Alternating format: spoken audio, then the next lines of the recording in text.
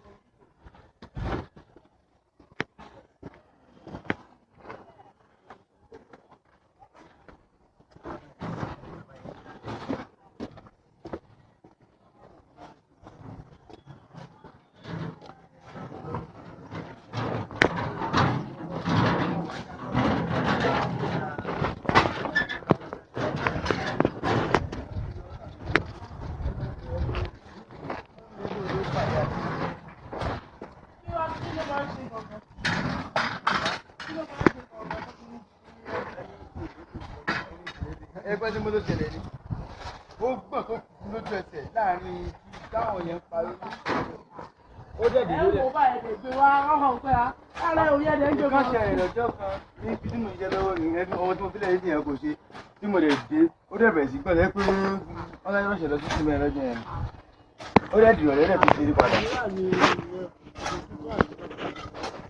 Tí wọ́n dẹ̀ bẹ́ẹ̀ mọ́ fi ṣàgbà náà jẹ̀bi ó rìn sí ilé bàbá rẹ̀ yóò lè mọ̀ sí ilé bàbá rẹ̀ ní ìyá tó ń kó sínú owó ni.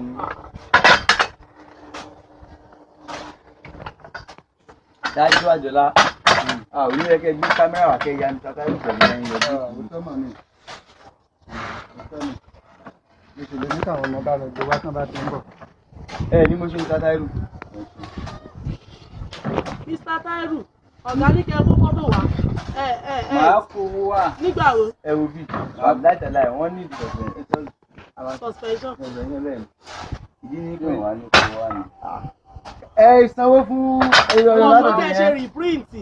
Irú ọjọ́ Sátọ̀dé yẹn àbá fọ́tò ẹ gbà ó. Ẹ bá kó fọ́tò ọ̀gá mi wá o. Nǹkan o.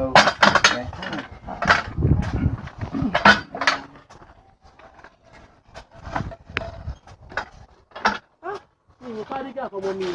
Ṣé kò yẹ kí wọ́n máa mú kádígà mi? Mo ló ń ràn láàárọ̀. Òun dẹ̀ ràn tó kan.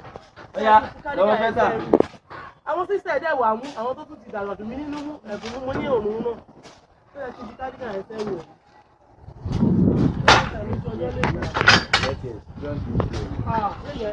Áfíríkà ẹ̀gbọ́n ẹ̀yẹ. Àti bí ọmọdé.